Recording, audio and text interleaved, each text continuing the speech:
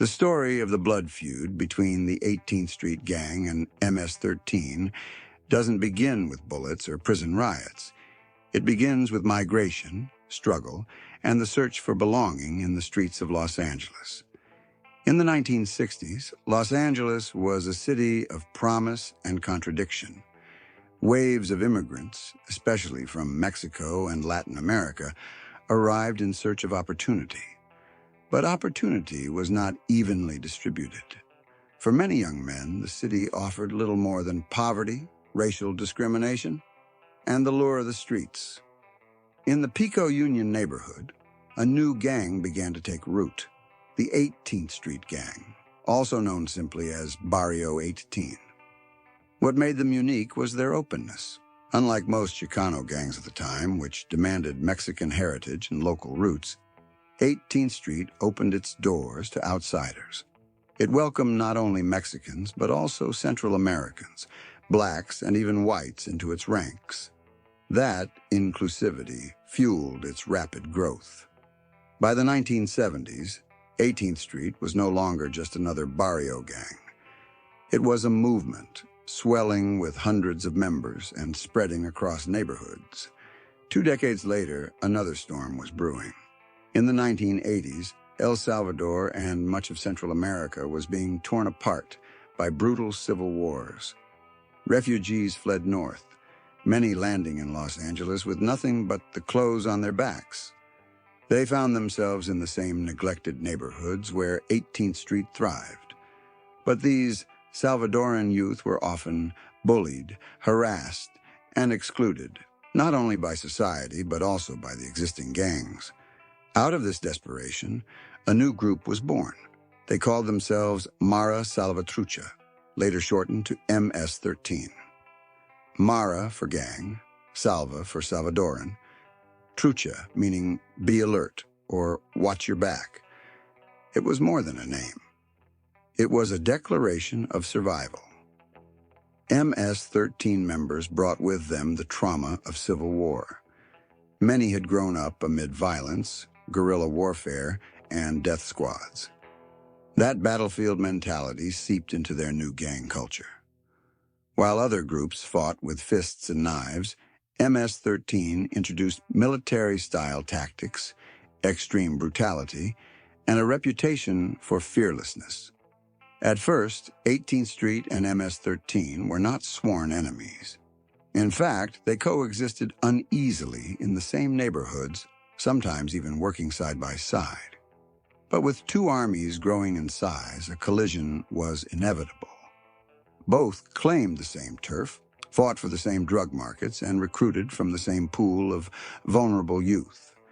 The seeds of rivalry had been planted. The 18th Street Gang represented size, numbers, and expansion. MS-13 represented intensity, violence, and survival at any cost. As the 1990s approached, Los Angeles was about to explode. Two immigrant-born gangs, forged in poverty and hardened by violence, were on a collision course that would spill blood across America and eventually ripple into Central America and beyond. This was not just the story of gangs. It was the story of displacement, survival, and the birth of a war that would leave entire neighborhoods in fear for decades to come. By the late 1980s and early 1990s, Los Angeles had become the front line of an undeclared war. On one side stood the 18th Street Gang, a behemoth with thousands of members spread across dozens of cliques. On the other, MS-13, smaller in numbers but ferocious in its willingness to use violence as a calling card. The battle for Los Angeles was not fought with armies in uniform, but with teenagers on bicycles, young men in beat-up cars, and soldiers carrying guns under hoodies. The neighborhoods most affected were some of the city's poorest.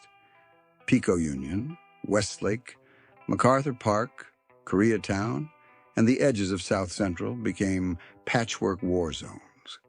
These weren't just areas on a map, they were lifelines.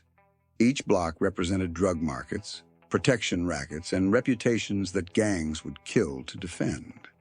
In the crowded streets and apartment complexes, 18th Street and MS13 clashed constantly, turning corners into contested battlegrounds. At first, the rivalry was fueled by insults, graffiti wars, and fistfights. But soon, it escalated. Drive-by shootings became common, spraying bullets into rival hangouts and, tragically, into the homes of unsuspecting civilians.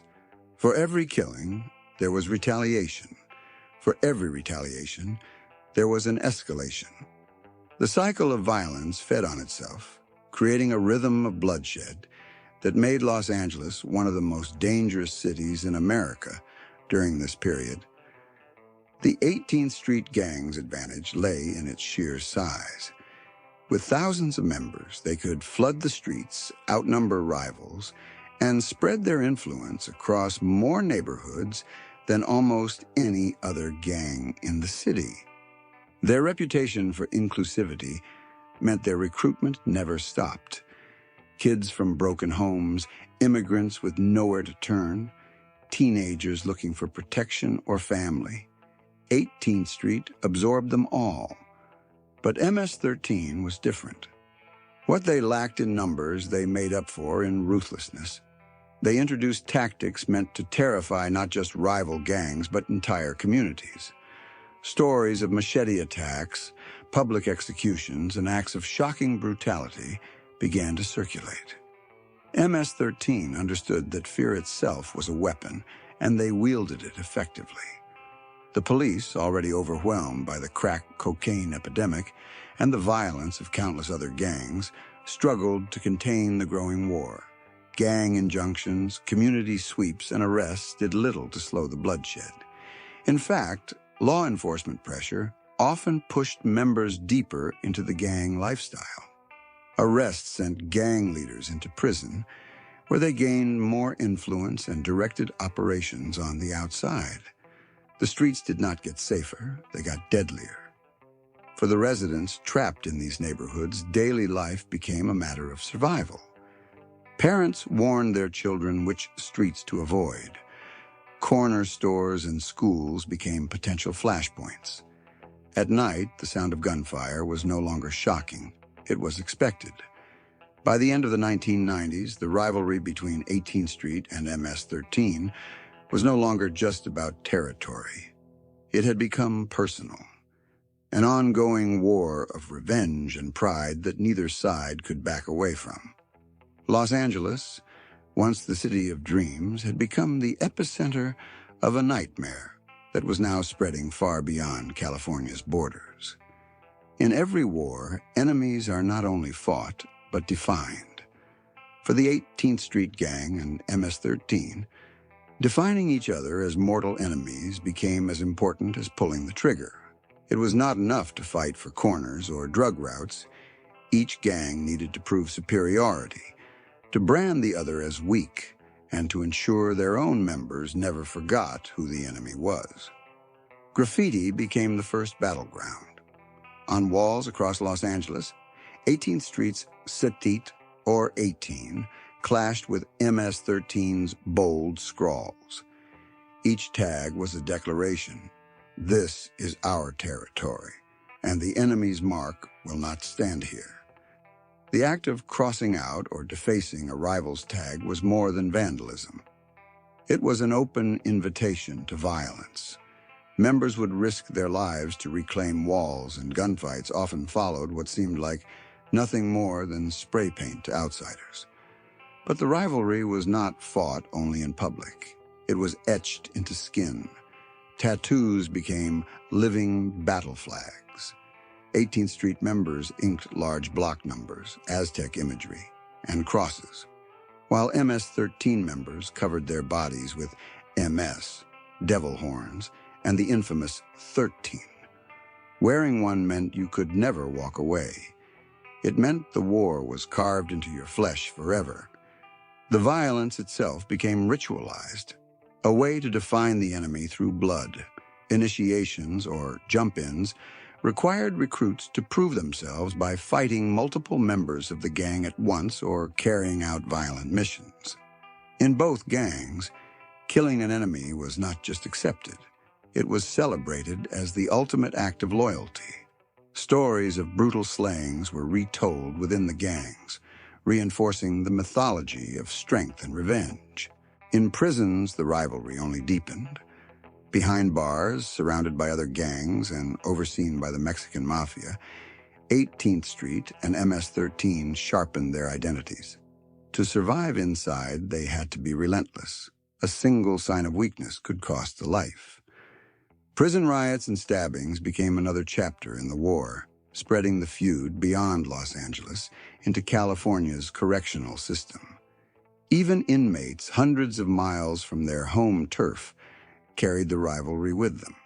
For law enforcement, this constant cycle of violence made the gangs more visible, but also more unpredictable. Detectives noted how both groups adopted escalating brutality to outdo one another. A shooting by 18th Street might be answered by an MS13 machete attack. A stabbing might spark a drive-by. Each act of violence was not just about killing the enemy. It was about sending a message to the community. We are stronger. We are more ruthless. We will not be erased. By the mid-1990s, the feud had moved beyond the streets and into the psyche of every member. For a generation of gang soldiers, the enemy was not a rival with a name or face. It was an entire gang, an identity, a symbol. The lines had been drawn so deeply that even children growing up in these neighborhoods knew them. You were either 18 or you were MS. Neutrality meant vulnerability, and vulnerability meant death. This wasn't just a gang war. It was the creation of a culture of enmity, where defining the enemy gave the violence purpose and made peace impossible. By the late 1990s, the rivalry between 18th Street and MS13 was no longer confined to the alleys of Los Angeles. What began as a neighborhood war had transformed into a transnational conflict. Two immigrant-born gangs, forged in poverty and violence, were about to expand their battlefield across the United States, and then across the world. The first major wave of expansion came through migration. Families fleeing Los Angeles sought safer environments in cities like Washington, D.C., Houston, Charlotte, and New York. But wherever immigrants went, gangs followed. Young men already loyal to 18th Street or MS13 brought the culture of violence with them. New cliques sprouted in East Coast neighborhoods, often in areas that had never before seen such organized street warfare. Soon, suburbs and small towns felt the ripple effects, but the U.S. government also played a role in spreading the war. In the mid-1990s, new deportation policies targeted non-citizens convicted of crimes.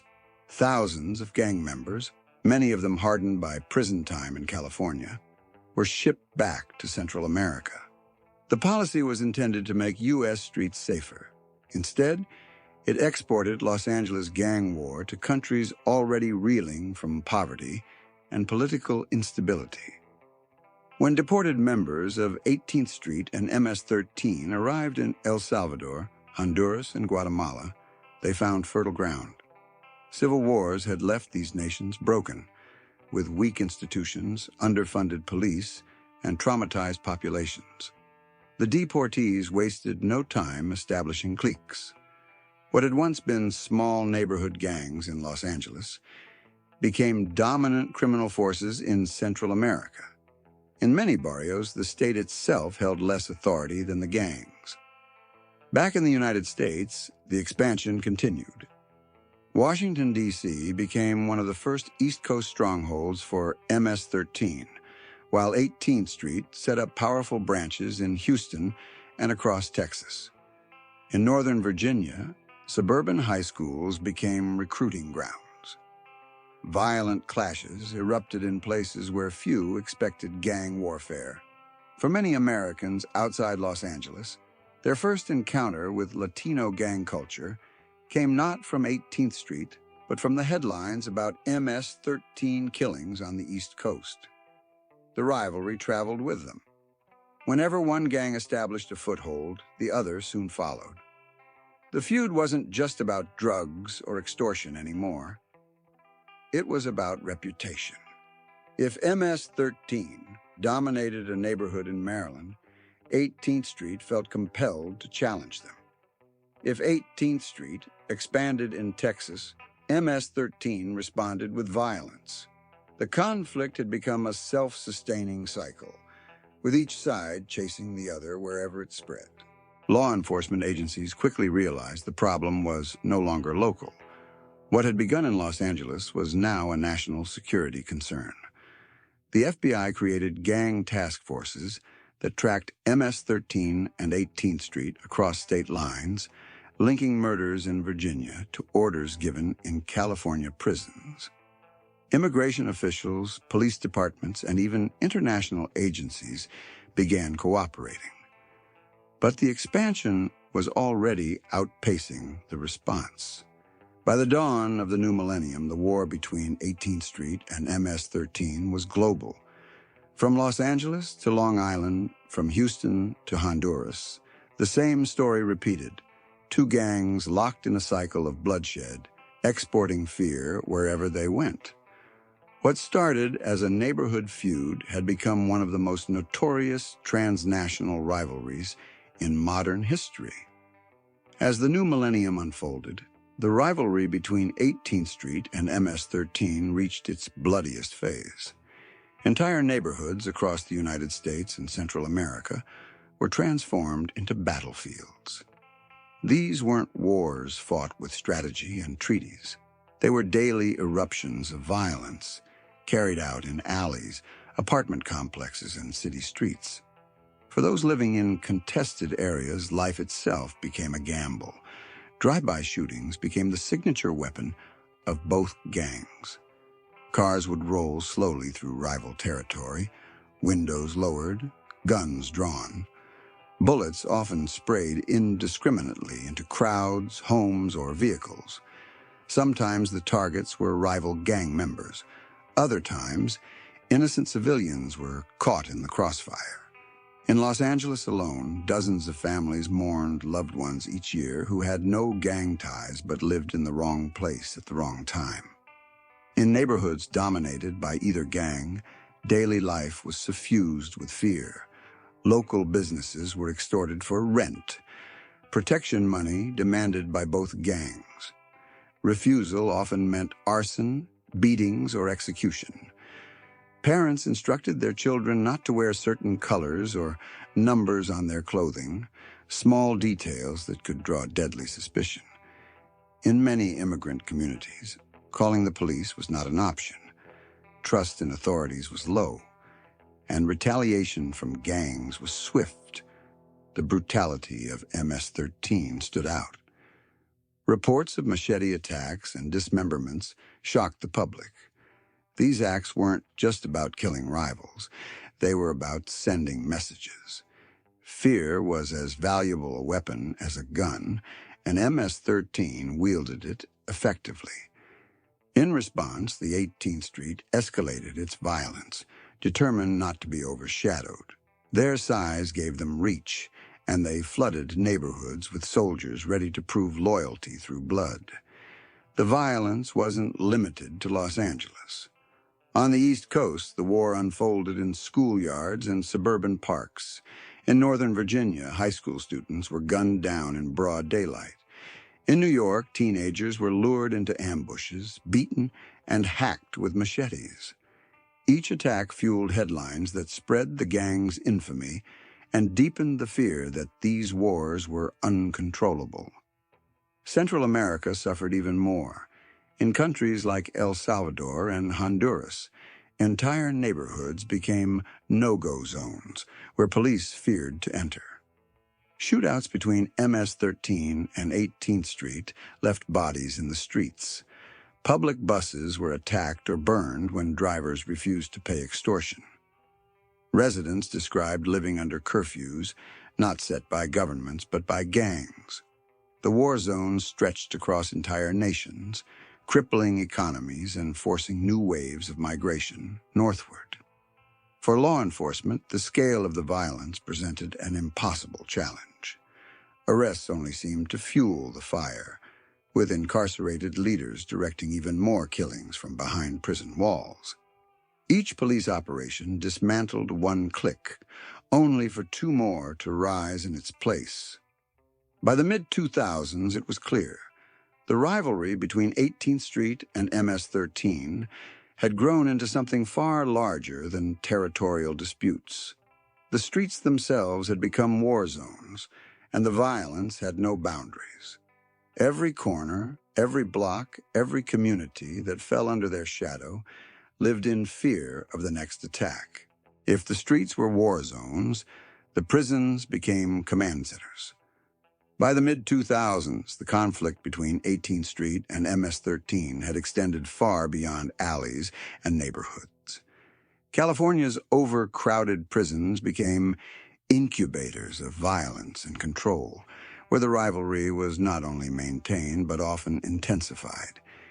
Inmates who entered the system quickly realized that survival meant allegiance.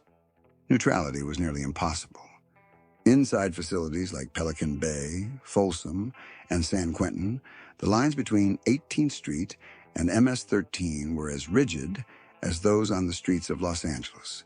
Prison yards were divided, cafeterias segregated, and every gesture or glance carried weight.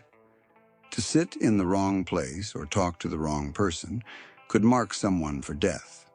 But prisons were not just cages. They were universities of crime. Both gangs used incarceration to refine their organization. Structures that were loose on the streets became more disciplined behind bars. Shot callers, senior members with authority, issued orders that rippled back to the outside world. Murders, extortions, and recruitment were often directed from inside cells. Far from weakening the gangs, prison gave them time to plan, strategize, and connect with larger networks. The Mexican mafia, known as La IM, played a central role in this prison dynamic. Both MS13 and 18th Street were nominally under the Mexican mafia's umbrella, paying tribute and following rules to operate within California prisons. But the feud between the two gangs often pushed the boundaries of that order. At times, La M intervened to impose discipline, forcing temporary truces when violence threatened to destabilize prison operations. Yet even these enforced pauses rarely lasted. Hatred between the two gangs ran too deep, and blood often spilled despite attempts at control. Prison riots became notorious flashpoints. In some facilities, dozens of inmates clashed in violent melees, armed with makeshift shanks, pipes, and chains. Guards struggled to contain the chaos as rival groups attacked each other with lethal precision. Each riot sent shockwaves back to the streets, where younger recruits viewed prison battles as legendary acts of loyalty and courage. For those inside, daily life was lived under constant tension. Inmates trained for combat, fashioned weapons from scraps, and lived by codes of silence. Cooperation with authorities was unthinkable. A snitch's life expectancy was measured in hours. Instead, the prison environment deepened loyalty to the gangs. Young men who entered for minor offenses often emerged as hardened soldiers, indoctrinated in the culture of perpetual war. The ripple effects were profound. Orders from prison cells shaped extortion rackets in Los Angeles, killings in Virginia, and drug trafficking routes in Texas. Jailhouse communications, smuggled phones, and coded letters kept the machine of violence running smoothly. The prison walls did not isolate the gangs. They amplified their power. By the late 2000s, it was clear the prisons were not breaking the gangs. They were breeding them. The war between 18th Street and MS-13 was being orchestrated by men serving decades-long sentences, proving that the battle was not confined to streets or borders. It was a war without walls, one that thrived even in the most secure institutions. As the bloodshed between 18th Street and MS-13 escalated, law enforcement could no longer treat the conflict as just another gang rivalry. By the early 2000s, federal authorities declared both groups among the most dangerous criminal organizations in America. The response would be massive, coordinated, and unprecedented, a crackdown aimed at dismantling the networks fueling the violence. Local police departments had long struggled against the gangs. Los Angeles, Houston, and Washington, D.C. each created specialized gang units. Officers patrolled hotspots, cataloged tattoos, and compiled intelligence on cliques.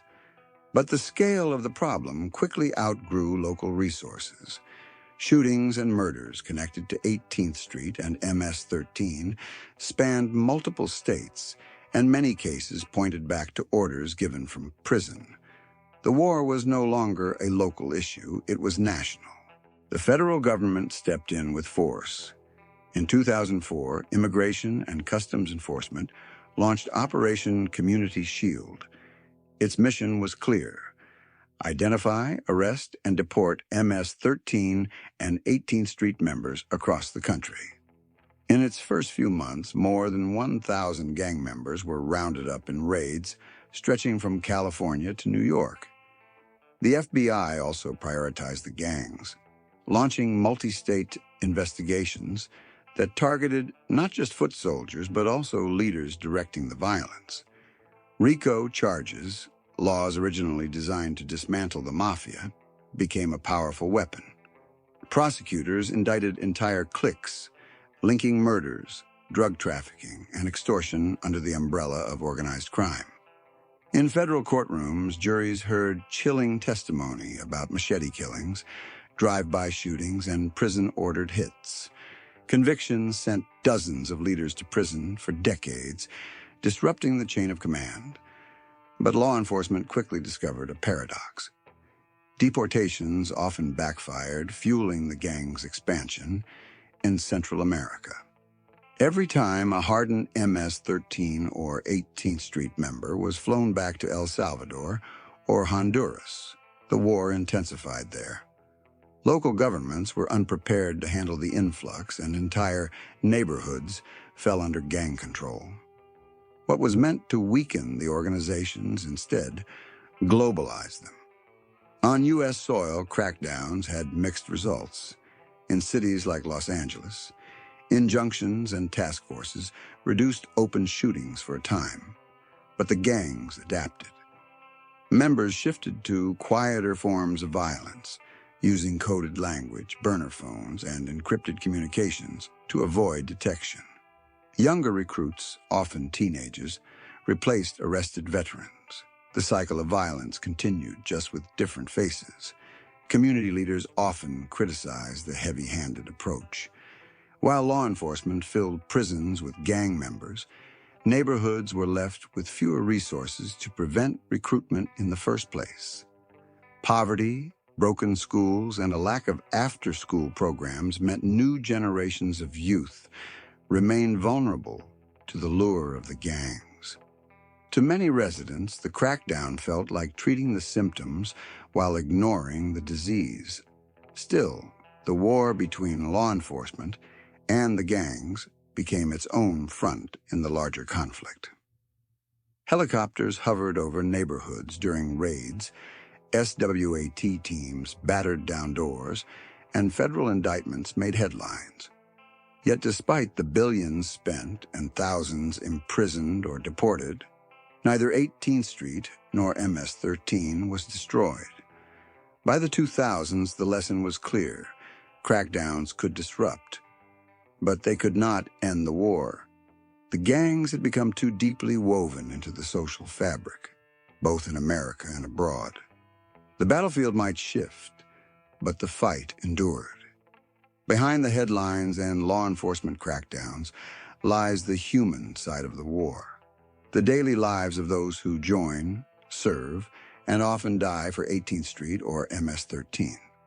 For many, the gang is not just a criminal organization. It is family, identity, and survival in a world where options are scarce.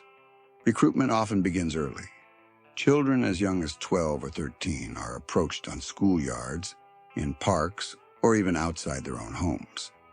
For kids from broken families or immigrant households struggling to survive, the gangs offer what the streets have denied: protection, belonging, and a sense of pride. A teenager who feels invisible in society suddenly has brothers, recognition, and a reputation that commands respect. Initiation is a brutal rite of passage. Both 18th Street and MS-13 use the infamous jump-in, where recruits are beaten by multiple members for a set period of time, often 13 or 18 seconds. Others are asked to commit crimes to prove their loyalty, stealing cars, robbing stores, or attacking rivals. For the most trusted recruits, carrying out a murder can serve as the ultimate test of commitment. Once inside, there is no easy way out. Life within the gang revolves around loyalty and respect. Orders from older members or shot callers are treated as law. Disobedience or betrayal is punished harshly, sometimes with death. Tattoos become both a badge of honor and a prison sentence on the skin. To wear MS across your face or X across your chest is to declare allegiance forever, and to invite constant targeting from rivals and police alike. The gangs also provide an alternative economy. Members earn money through extortion, drug sales, and robbery. In neighborhoods where legitimate jobs are scarce, this underground economy becomes a lifeline.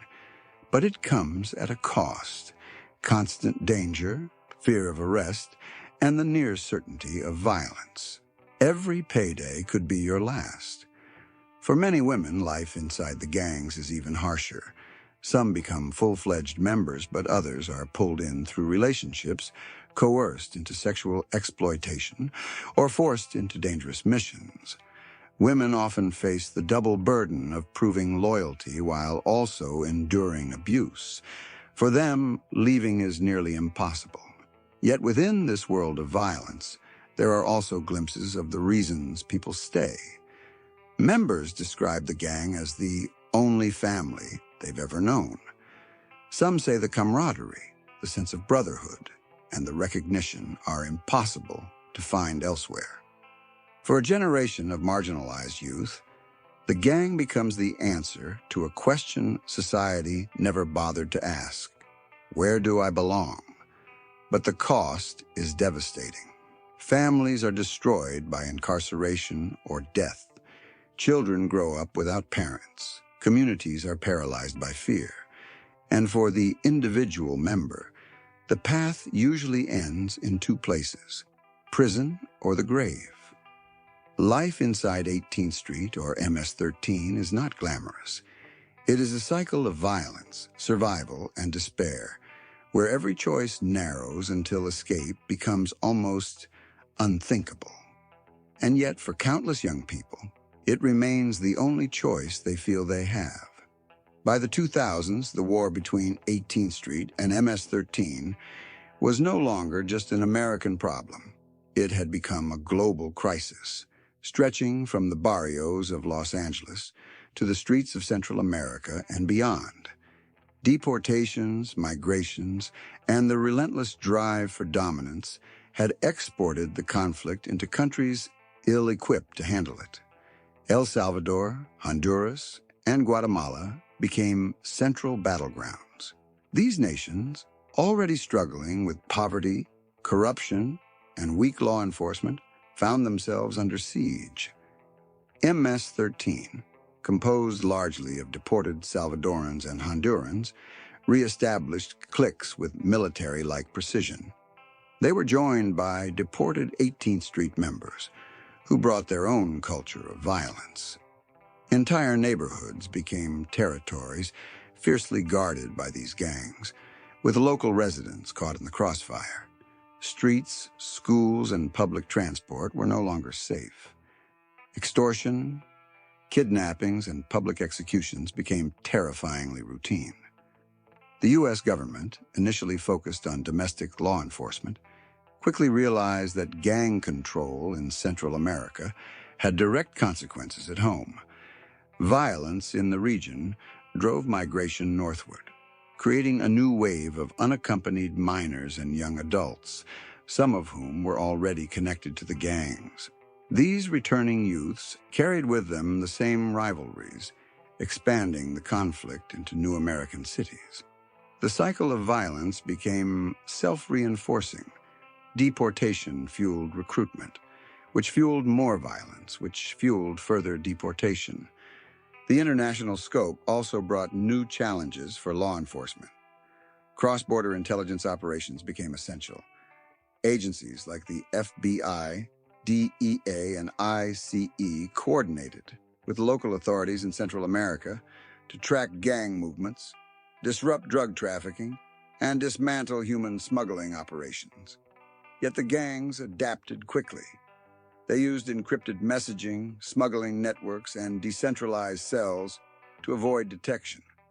What was once a Los Angeles street war now required a multinational response, with varying degrees of success. Media coverage amplified the problem. Stories of machete attacks, mass killings, and gang-controlled neighborhoods spread rapidly, shocking global audiences. The names MS13 and 18th Street became synonymous with fear and lawlessness, and governments began to treat them as security threats. Schools, communities, and even businesses implemented safety protocols inspired by military strategies to protect themselves. The rivalry's international impact was not limited to crime. It reshaped communities, economies, and societies.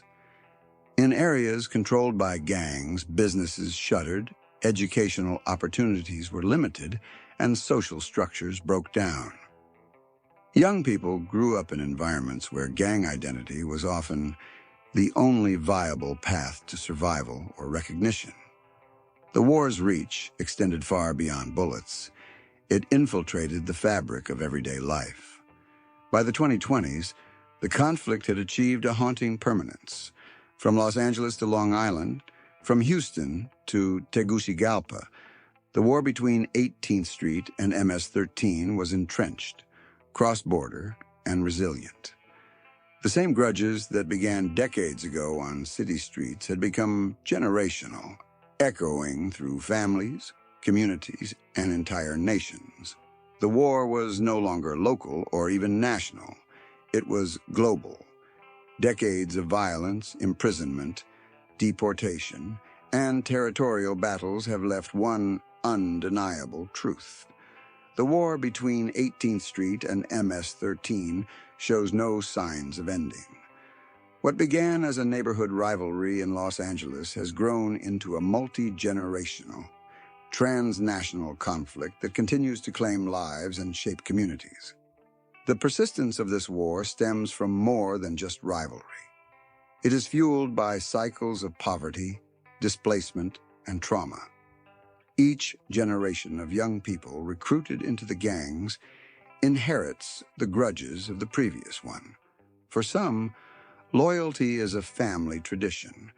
Brothers, cousins, and uncles who wore the tattoos and carried out murders become role models. Neutrality is not an option, and leaving is rarely possible. Those who try to escape often face threats, retaliation, or social ostracization. The prisons continue to act as both incubators and headquarters. Incarcerated leaders direct violence, smuggling orders to street cliques and even international branches. Despite massive law enforcement crackdowns, federal indictments, and deportations, the gangs adapt. New leaders emerge, new recruits are trained. The network, though battered, remains resilient. The war has become self-perpetuating. Communities remain trapped in the shadow of fear. In neighborhoods across California, Texas, New York, and Central America. Residents are forced to navigate daily life under the threat of extortion, ambushes, or retaliation. Schools, parks, and even homes are not safe. The psychological toll on these communities is profound, shaping generations who grow up expecting violence as a normal part of life. Efforts to combat the gangs, from local task forces to international cooperation, have had successes. Yet they often address only symptoms,